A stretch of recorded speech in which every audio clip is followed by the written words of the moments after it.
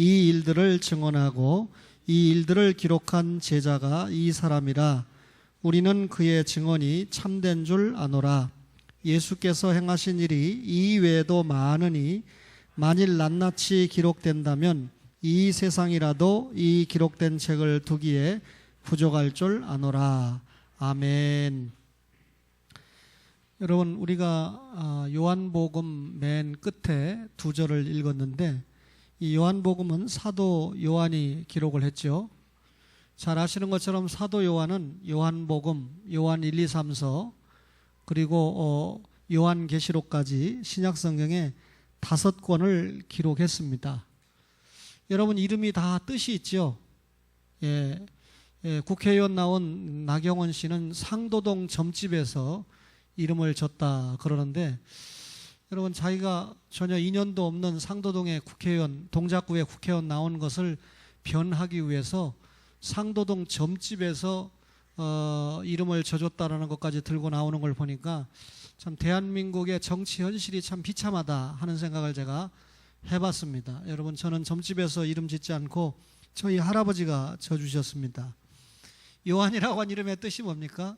하나님께서 사랑하신다, 이런 뜻이죠. 그러니까 요한이라고 하는 이름이, 잔이라고 하는 이름이 여호와께서, 하나님께서 사랑하신다라고 하는 뜻인데, 실제로 우리가 예수님의 12제자 가운데 예수님의 사랑을 가장 많이 받은 제자가 사도 요한이라는 것을 우리가 알 수가 있습니다.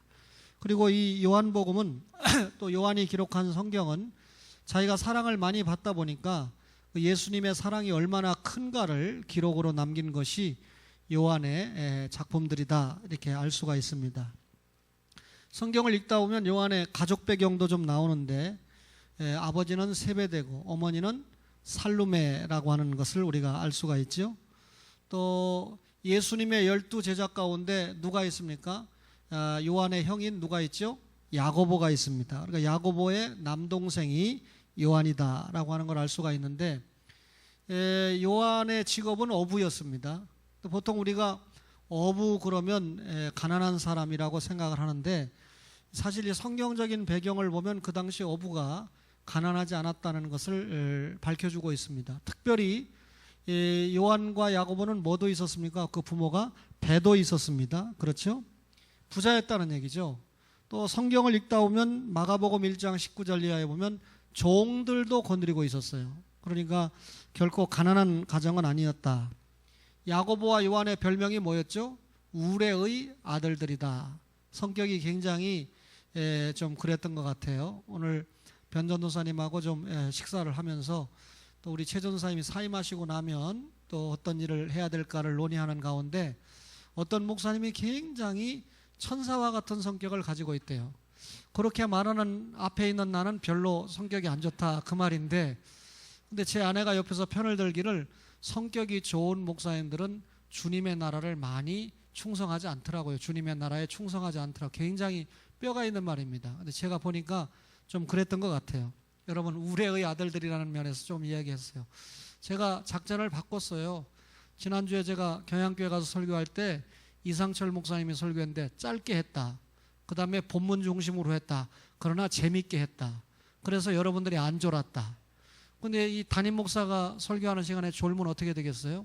지난 주간에 우리 부목사님이 휴가를 가셨는데, 그러니까 제가 새벽 기도를 닷새 동안 열심히 인도를 했잖아요.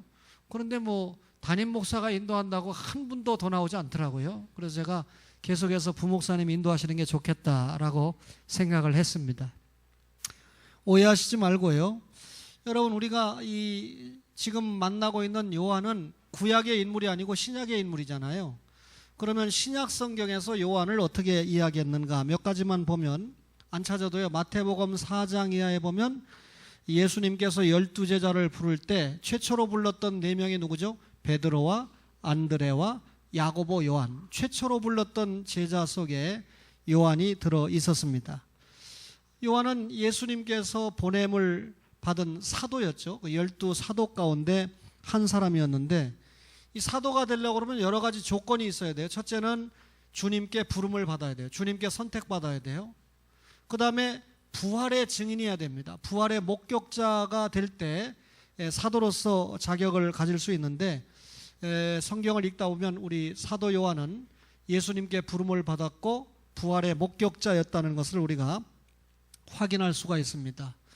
예수님이 유대인의 왕으로 오신다고 했기 때문에 그 어머니 살로메가 주님의 나라가 임하면 한 녀석은 우편에, 한 녀석은 좌편에 우의정과 좌의정을 삼아달라고 예수님께 이 열정적인 야망을 보였죠. 여러분, 그랬던 이 형제가 야고보와 요한인데, 오늘 이건 좀 몇 구절 찾아볼게요. 요한복음 13장 23절 보세요.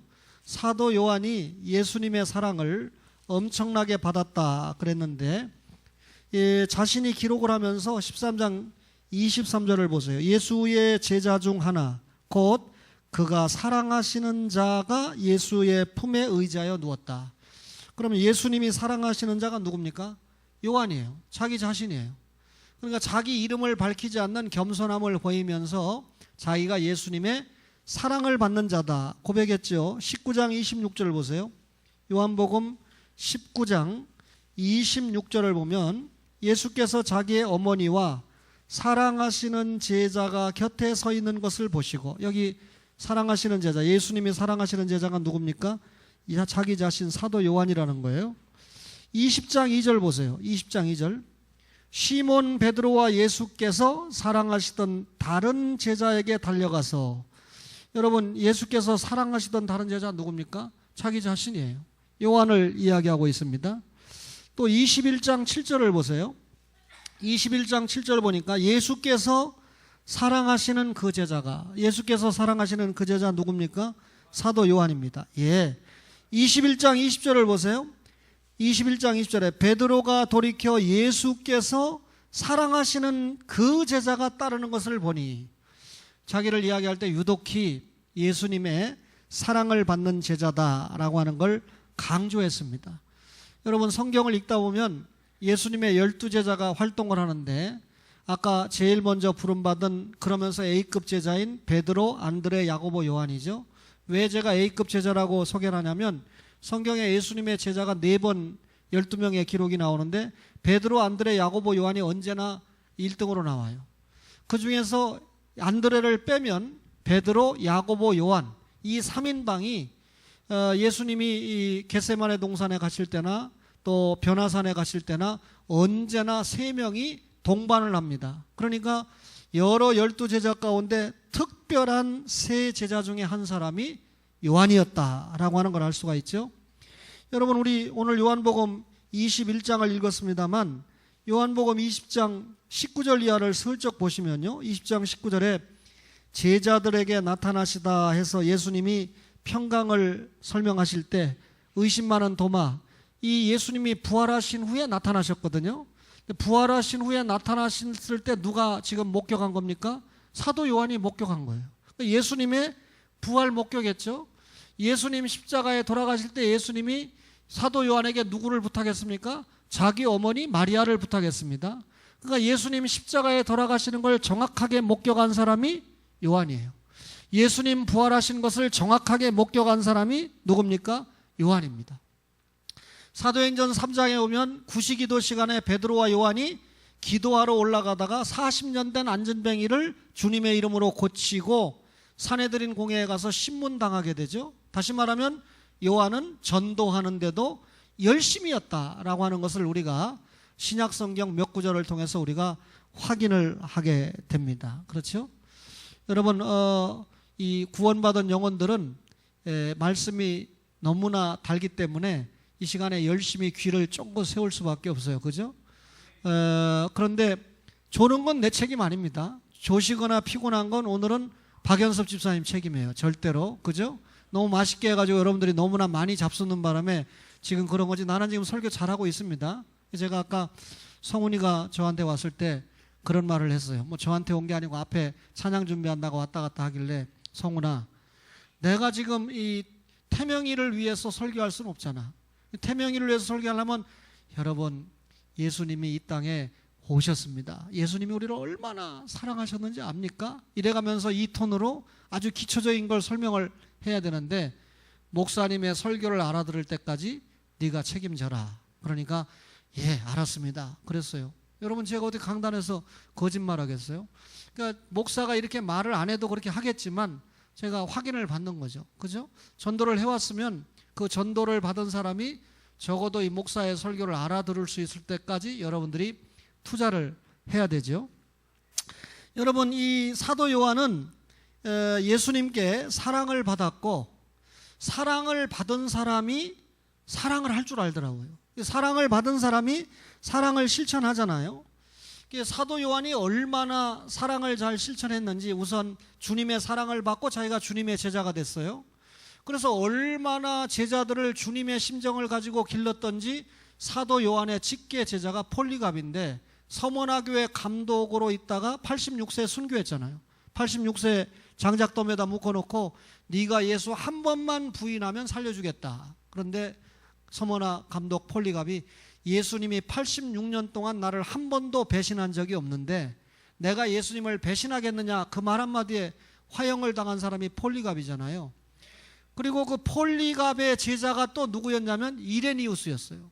그러니까 성경에 나타난 예수님, 교회사에 나타난 예수님의 바로 직계의 제자였던 사도 요한의 제자 폴리갑, 이레니우스, 이렇게 족보가 이어지는데 이런 족보를 만들기에 여러분 사도 요한이 멋지게 사용을 받았다. 여러분 우리가 사랑한다고 하는 게 뭐 돈이나 주고 인간적인 사랑을 얘기하는 게 아니잖아요. 주님의 제자가 생명 내놓고 주님의 제자가 될 수 있도록 양육을 했다. 이건 엄청난 여러분 사랑을 베풀었다는 뜻이거든요. 여러분 사도 요한이 기록한 성경 가운데 요한 1서, 2서, 3서가 있고 계시록이 있잖아요.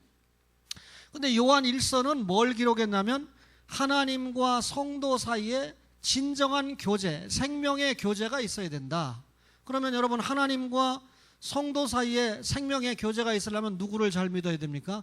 예수님을 잘 믿어야 된다는 걸 얘기했고, 예수님을 잘 믿는 사람은 거짓 선지자, 이단을 경계해야 된다. 요한 1서가 그걸 강조한 겁니다. 그 다음에 세 번째는 성도 간에 사랑해야 된다. 이단이 들어오면요, 이단 방어하다 보면 저것도 신천지 아닌가? 저것도 신천지 아닌가? 해가지고 성도와 성도 사이에 사랑이 깨질 수 있어요. 그래서 이 세 가지를 강조한 책이 요한 1서거든요. 그런데 요한 2서는 요한 1서에서 강조했던 두 번째, 거짓 선지자, 거짓 사도를 삼가하라고 하는 말씀을 강조한 성경이 요한 2서예요. 요한 3서는요, 요한 1서에서 세 번째 강조했던 사랑의 실천을 강조했던 게 요한 3서예요. 요한 3서에 보면 3대 인물이 나오는데 가이오, 데메드리오, 디오드레베가 나오거든요. 근데 그 당시에는 순회 전도자거든요. 오늘같이 담임 목사 제도가 아니에요.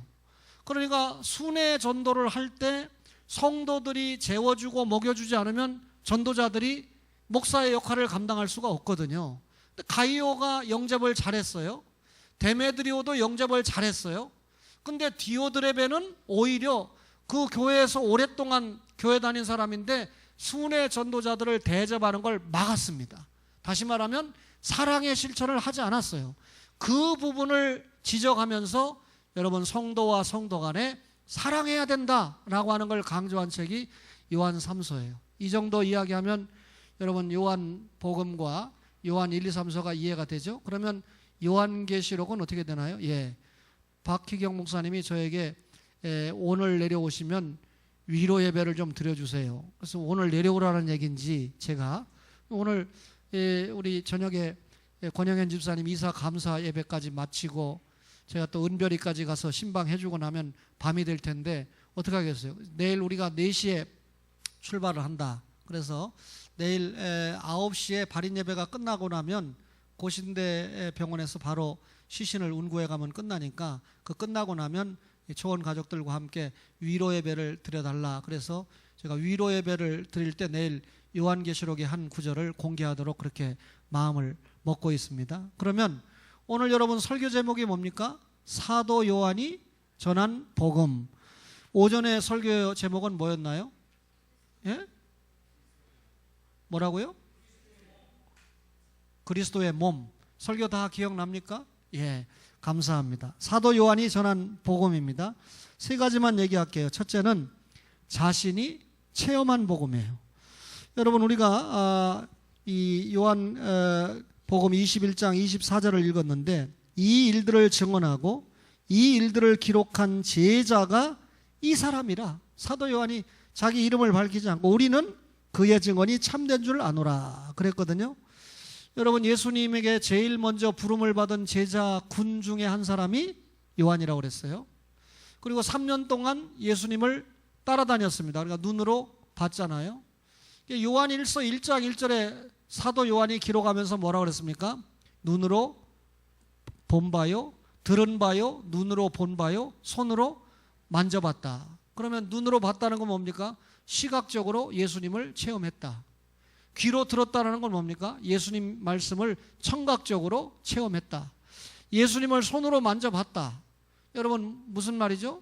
여러분, 감각적으로 체험을 했다. 저기 앉아가지고요, 잠시 기도하고 찬양 삼매경에 빼지려고 그러는데 보니까 뭐 집사님들이 오늘 기도라고 그러면서 어쩌고 그러면서 잘하시라고 그런지 박연서 주사님 막 등을 안마해주고 그러더라고요. 나도 목사 아니고 집사였으면 안마 받는 건데 라고 생각을 해봤어요. 안마를 받아서 그런지 오늘 기도도 아주 잘하시네요. 음식만 잘 만드시는 게 아니라. 여러분, 이렇게 사도 요한이 3년 동안 예수님을 어떻게 했습니까?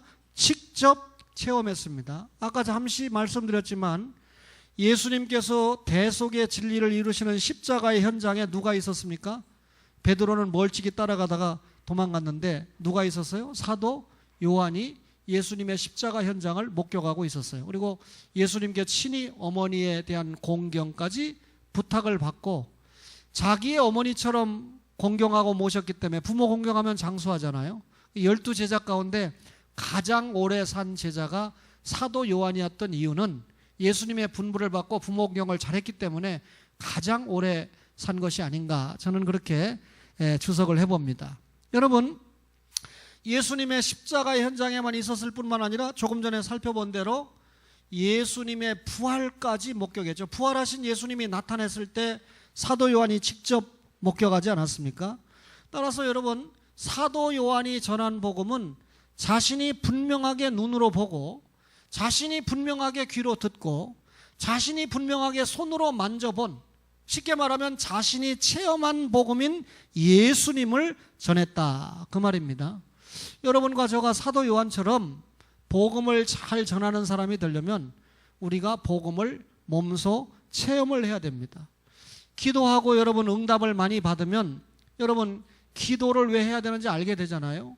복음대로 믿고 복음대로 살고 복음대로 전한 결과 주님 앞에 얻는 체험의 간증거리가 많을 때 여러분 확신을 가지고 복음을 전할 수 있지 않겠어요? 그래서 오늘 24절에 우리는 그의 증언이 참된 줄 아노라 라고 이야기했습니다. 사랑하는 초원의 가족 여러분, 2014년 잊지 마세요. 복음대로 믿고 복음대로 살고 복음대로 전하는 교회. 어떤 복음입니까? 사도 요한이 체험한 복음. 우리도 체험해서 전하시기를 바랍니다. 어떤 복음이냐면요, 예수 믿으라는 복음입니다. 여러분, 우리가 요한복음 1장 1절을 보면 태초에 말씀이 계시니라 하면서 이 말씀이 하나님과 함께 계셨고 그 말씀이 예수님이라고 소개를 하면서 시작하잖아요. 그러니까 사도 요한이 말씀을 전하는 것은 우리가 직접 못 들었지만 여러분, 이 그가 기록으로 남겨놓은 이 말씀을 볼 때 태초에 계셨던 분이 예수님이다. 그분은 창조자였다. 그렇죠? 그분 안에는 뭐가 있었다? 생명이 있었다. 빛이 있었다. 생명이 있었다. 그리고 그 생명이 빛이신 예수님이 사람의 몸을 입고 이 땅에 오셨다. 여러분, 사도 요한이 예수님에 대해서 증거할 때 이 정도에서 끝났나요? 예수님은 생명의 떡이다. 예수님은 생명의 빛이다. 예수님은 선한 목자다. 예수님은 길이고 진리고 생명이시다. 예수님은 참떡이시다. 예수님은 포도나무다.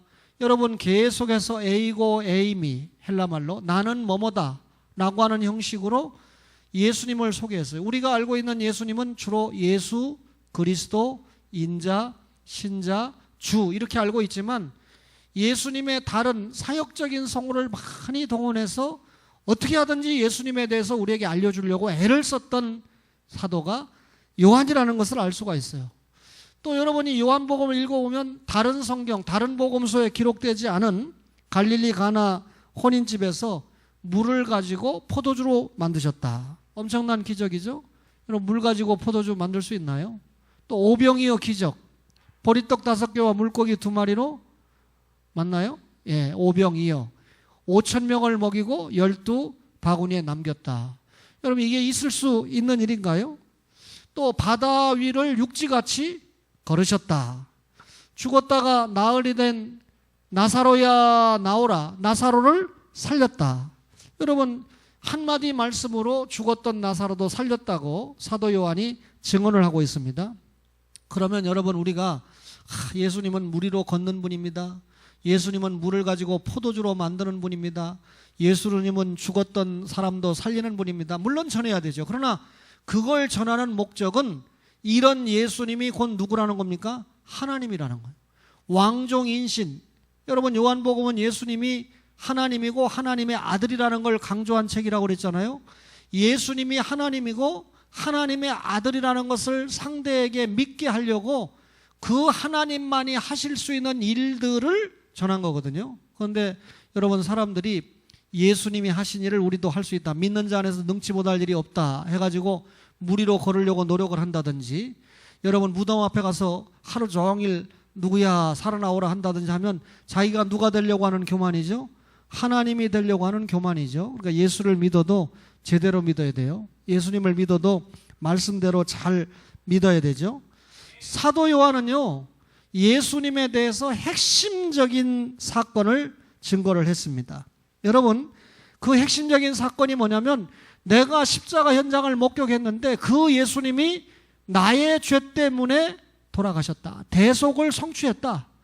그리고 구약의 약속대로 그 예수님이 사흘 만에 부활하셨다. 십자가와 부활의 복음을 확실하게 전하셨죠. 예수님이 우리 부활의 첫 열매가 되셨다. 따라서 예수 믿으면 구원, 예수 믿으면 영생, 예수 믿으면 천국, 이것을 확실하게 전한 분이 사도 요한이라는 겁니다.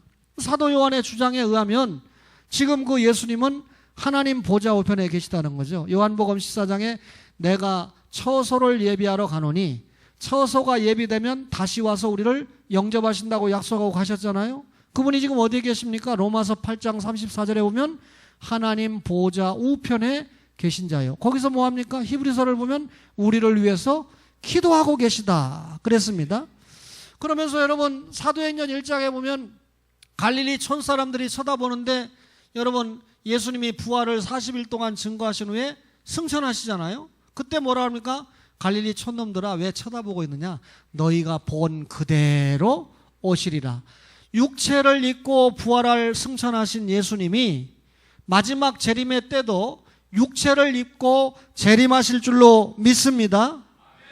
사도 요한은요, 이렇게 이런 예수님을 믿으라고 강조한 겁니다. 사실 예수님도요, 평상시에 당신이 전도를 할 때 내가 진실로 진실로 너희에게 이르노니 내 말을 듣고 또 나 보내신 이를 믿는 자는 영생을 얻었고 심판에 이르지 아니하나니 사망에서 생명으로 옮겼다고 요한복음 5장 24절에 그렇게 말씀을 하고 있습니다. 예수 믿으면 사망에서 생명으로 옮긴다. 여러분, 사도 요한은 예수님을 바로 전하는데 자신의 모든 것을 투자했습니다. 예수님이 전한 사도 요한이 전한 복음의 핵심은 예수 그리스도 자신입니다. 여러분, 어떤 경우든지 설교 시간에 여러분들은 예수님의 말씀을 들어야 되고, 또 예수님의 말씀을 듣는 여러분들과 저가 예수님의 말씀을 믿어야 되고, 또 믿은 것을 우리가 행동의 고백으로 실천을 통해서 나타내야 되고, 결국 이를 반드시 전하는 데까지 우리가 연결을 시켜야 예수를 바로 믿는 사람이다, 그렇게 말할 수 있지요. 그렇다면 사도 요한이 전한 복음 정리하겠습니다. 첫째로, 사도 요한 자신이 체험한 복음이다. 둘째로, 사도 요한 자신이 예수 믿으라고 전한 복음이다. 그렇죠? 그러면 이 복음, 사도 요한이 전한 복음이 곧 뭐가 돼야 됩니까? 우리가 전한 복음, 우리가 전할 복음이 돼야 되죠. 사도 요한은요, 체험한 복음을 증거하고 또 기록까지 하고 역사의 무대로 사라졌습니다. 여러분, 지금 사도 요한께서 하늘에서 하나님이 베푸시는 무한한 상급을 받고 계신다고 하는 사실에 저는 조금도 의심하지 않습니다. 오늘 살고 있는 여러분과 저가 이 복음을 동일하게 증거해야 되는데, 오직 성령이 너희에게 임하시면 너희가 권능을 받고 예루살렘부터 땅끝까지 내 증인이 된다 그랬습니다. 그러면 여러분, 우리가 땅끝까지 복음을 증거하려면 성령의 능력을 받아야 돼요. 그러면 반대로 우리가 복음을 열심히 전하면 성령의 능력을 받은 건데, 성령의 능력을 받은 사람은 성령 충만한 모습을 보일 수밖에 없죠. 여러분, 성령 충만할 때 여러분 신앙이 생깁니다. 어떤 신앙이 생깁니까? 지금 사도 요한이 체험한 체험적인 신앙이 생기게 돼 있어요. 여러분과 저가 체험적인 신앙 얻는다고 뭐 기도를 열심히 한다든지 물론 필요합니다. 체험적인 신앙을 위해서는 계시 의존 사색을 해야 되는데, 제가 한 신학교에서 강의를 하는데 한 친구가 성실한 친구로 보였는데 한 달 동안 안 와요. 3월 동안. 그래서 내가 옆에 학생에게 물어보니까, 내가 지난 학기에 굉장히 성실한 학생으로 봤는데 그래 어디 갔냐? 그러니까 산에 기도하러 갔대요. 그래서 뭐 금식도 하고 산기도를 마치면 학교에 온다는 거예요. 그 뒤늦게 왔더라고요. 3월 한 달 내내 결석했죠. 여러분, 개혁주의 신앙과 신학을 가지고 지도하는 저에게 그게 통하지 않지요. 그죠? 학점을 완전히 날려버리려고 하다가 또 수업 시간에 이제 강의를 했죠. 여러분, 학생이 학교에 와서 자신들 앞에 세움을 받은 교수들의 강의를 들으면서 신학을 연마해도 짧은 시간에 될까 말까인데 무슨 기도하러 갑니까? 신비주의, 기복주의죠. 그렇게 기도하는 것들은요, 신비주의예요. 기도하도 신비주의고 기복주의예요.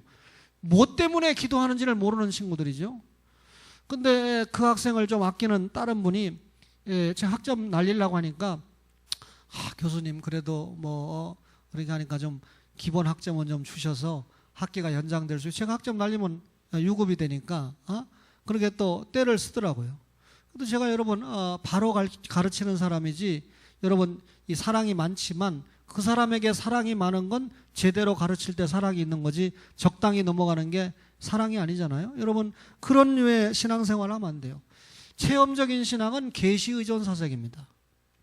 제가 사실 지난주에 경양교회 갈 때 어느 학교 체육관에서 예배 드린다고 그러니까 도대체 이 에어컨은 잘 나오는 건가? 제가 기도하면서 좀 염려가 돼가지고 사실 그 장로님에게도 물어보고 또 집사님에게도 물어봤어요. 그랬더니 에어컨 빵빵하게 잘 나온다는 거예요.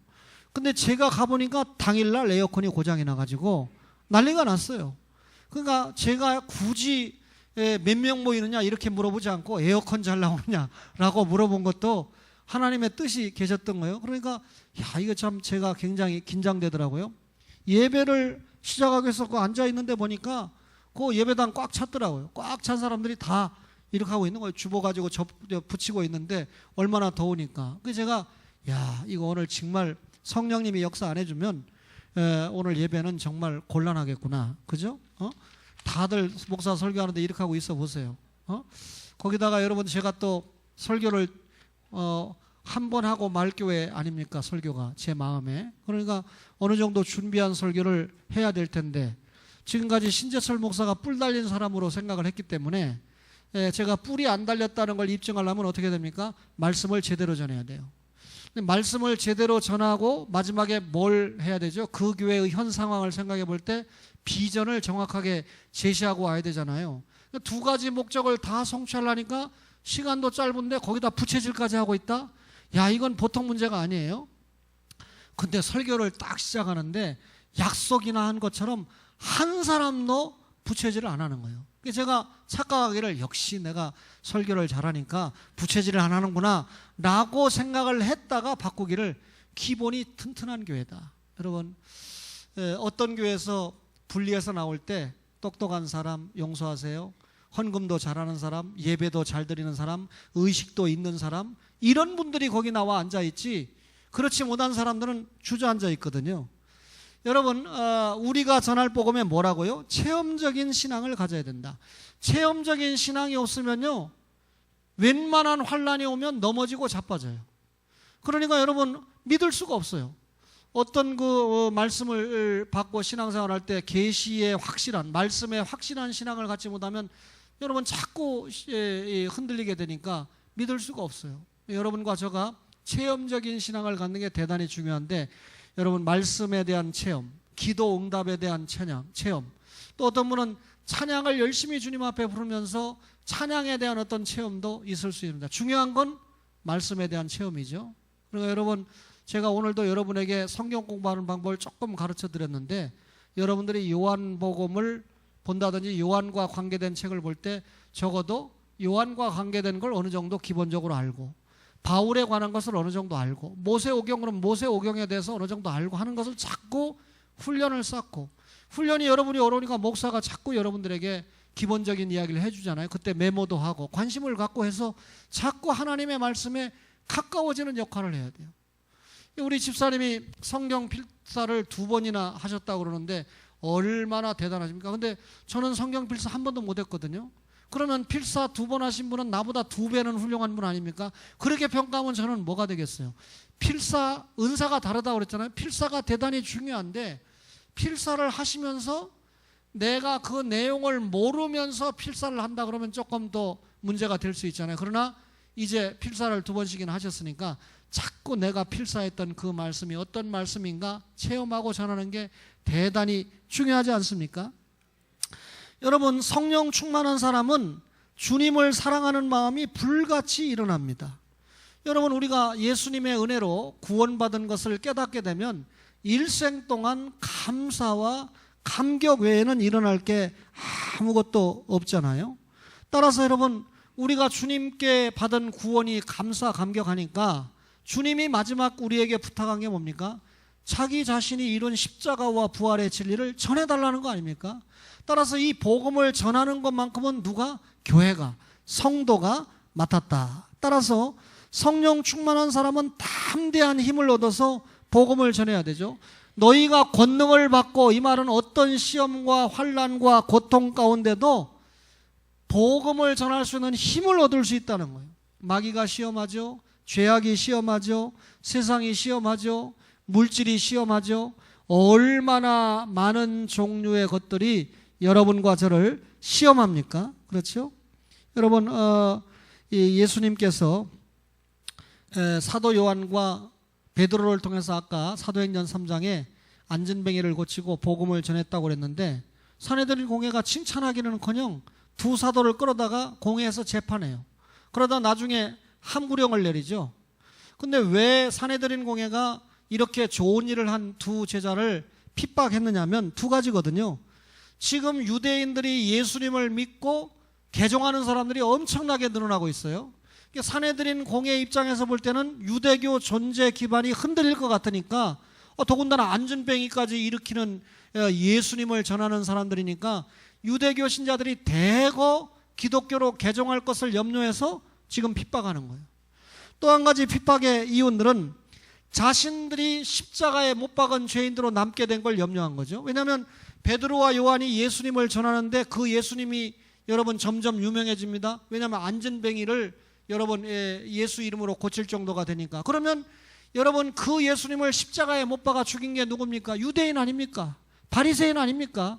그러니까 예수님이 유명해지고 확장되면 확장될수록 자신들은 예수님을 십자가에 못 박은 죄인으로 부각되기 때문에 이것을 막기 위해서 베드로와 요한을 불러다가 핍박을 한 거예요. 그때 사도행전 4장 19절 이하에 하나님 앞에서 너희 말 듣는 것이 하나님 말씀 듣는 것보다 옳은가 판단하라. 우리는 보고 들은 것을 말하지 아니할 수 없다. 보고 들은 것을 말하지 아니할 수 없다. 할렐루야. 성령 충만을 받으면 그리스도의 증인이 될 수 있다는 겁니다. 그래서 예수님이 너희가 성령을 받기 전에는 예루살렘을 떠나지 말라. 정확하게 아버지께서 약속하신 성령을 받기 전에는 예루살렘을 떠나지 말라라고 말씀을 했던 겁니다. 그렇다면 오늘 사도 요한이 전한 복음을 우리도 전하려면 성령 충만한 성도가 돼야 돼요. 어떻게 해야 성령 충만이 됩니까? 말씀을 통해서 성령 충만이 되고, 기도를 통해서 성령 충만이 되고, 또 말씀 앞에 순종, 실천하는 생활을 통해서 성령 충만이 된다는 거죠. 그 결과 여러분 복음의 증인이 되어야 됩니다. 여러분 각 교회마다 자랑거리가 많아요. 그죠? 어떤 교회는 우리 목사님이 세계적으로 설교를 잘하는 분입니다. 우리 교회는 어떻습니다 하는 엄청난 프라이버시가 있어요. 근데 여러분 이 시간이 지나놓고 보니까 참 아무것도 아닌 게 드러나는데, 여러분들도 혹시 바깥에 가서 자랑할 때 건물은 자랑할 게 별로 없으니까 우리 교회는 상가교회 하고 자랑하겠어요? 우리 교회는 뭘 자랑합니까? 내가 볼 때 우리 목사님은 설교가 좋습니다. 자랑하는 사람이 혹 있을런지 모르겠어요. 그런데 여러분만 그렇게 자랑해요? 온 동네 목사들이, 성도들이 다 자기 목사 설교 잘한다고 그래요. 여러분 이 근처에 있는 목사님들의 책도 제가 서재에도 있고 구해서 읽어보기도 했습니다만, 성도들이 그렇게 설교를 잘한다고 자랑할 만한 그런 수준이 아닌데도 자랑한다고요. 여러분도 자랑하죠? 근데 여러분 그거 자랑하면 뭐합니까? 여러분 목사가 설교 잘한다고, 은혜롭게 한다고 그러면 그 은혜의 말씀을 받아서 정말 폭발적으로 주님이 원하시는 일을 해야 되는데, 제가 생각할 때 초원교회 자랑거리의 1등은 어차피 어떤 교회든지 성도들이 다 자기 목사 설교 최고라고 하니까 그거 가지고는 자랑거리가 안 되고, 진짜 다른 교회 성도들과 여러분 교회를 가지고 한판 승부를 할 때 우리 교회는 필리핀 초원교회가 있다, 이게 자랑거리예요. 지난주에 목사님 몇 분이 저희 교회를 방문했는데 그 자리에서 그 목사님들끼리 얘기하면서 저를 앞에 놓고 참 초원교회는 대단한 교회입니다 그러면서 자기 같으면 그렇게 못한다는 거예요. 우리 교회를 자기가 깨고 있는 것처럼 저쪽부터 여기까지 왔는데 장소 제공했다, 주일날 같이 예배 드리면서 왔다 갔다 하고 공간을 1시간 쓴다고 그러더니 오후까지 다 점령을 당했다. 보니까 저는 그동안 잘 생각을 못했는데 전도사님이 이제 떠나신다고 하면서 이 관계를 쭉 설명을 해주는데 보니까 커피도 엄청나게 마셔요. 그래서 왜 이렇게 커피가 엄청나게 마시느냐 그랬더니 필리핀 친구들이요, 한국 우리 커피를 얼마나 좋아하는지 엄청나게 많이 뺏어 먹는다는 거예요. 근데 보니까 여러분들이 볼 때는 잘 안 빼먹고 여러분들이 찬양한다고 여기 싹 들어왔는데, 여러분 우리 이 성원 부대가 여기서 찬양을 인도할 때는 여러분들이 이미 도착해야 되죠. 저도 거의 그 시간에 도착해서 앉아 있잖아요. 근데 왜 늦게 옵니까?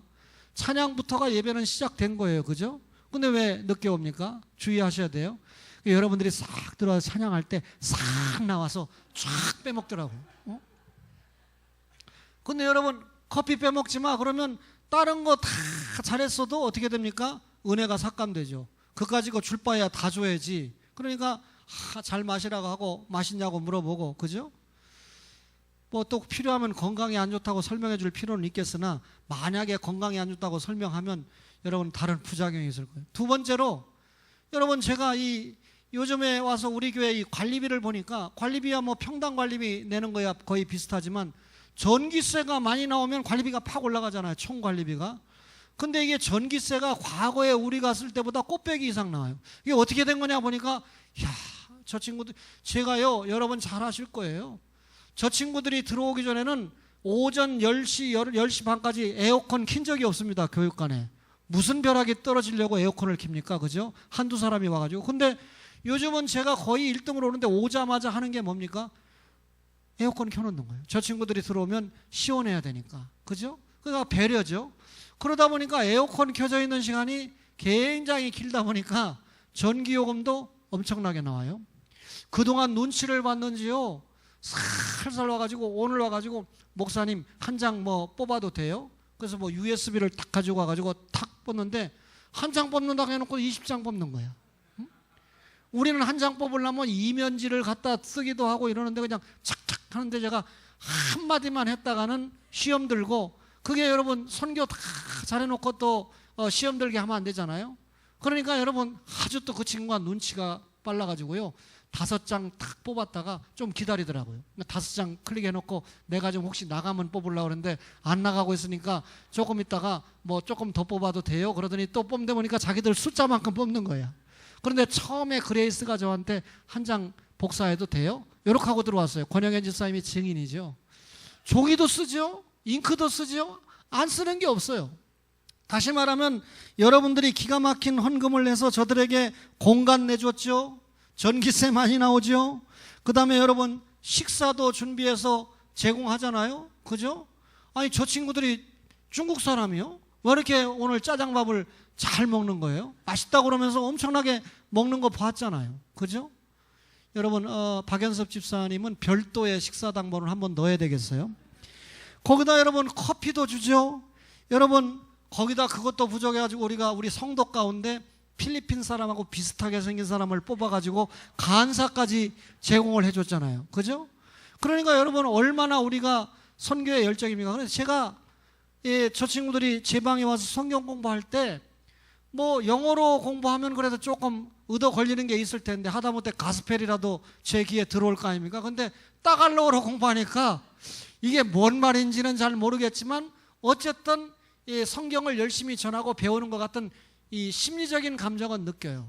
앞으로 이 간사 집사님은 저들이 정말 에글레시안 아니고 천주교 신자 아니고 정말 복음주의 성도들인가를 확인해서 나한테 알려주는 게 가장 시급해요. 현재 나타나는 모습이나 기도하는 모습이나 찬양하는 모습이나 열정적인 이런 것들을 보면 우리가 같은 신앙을 가지고 있다는 건 내가 확실하게 신뢰감이 생기는데, 그래도 여러분 확실하게 우리가 확인하고 하는 건 참 대단히 필요한 일이라고 생각되지 않습니까? 여러분 우리가 사도 요한이 전한 복음이라는 말씀을 받았어요. 우리가 전도가 잘 안 되는 시대다 보니까 아예 전도를 포기하고 사는 그런 기가 막힌 시대를 우리가 살아가고 있습니다. 우리 사랑하는 초원의 가족들이 오늘 사도 요한이 체험한 복음, 사도 요한이 예수 믿으라고 전한 그 복음을 우리 자신도 직접 체험하고 그 예수님을 전해서 복음 증거의 사명을 잘 감당하는, 그래서 그리스도의 몸을 세워나가는 초원의 가족들 되시기를 주의 이름으로 축원합니다. 우리 다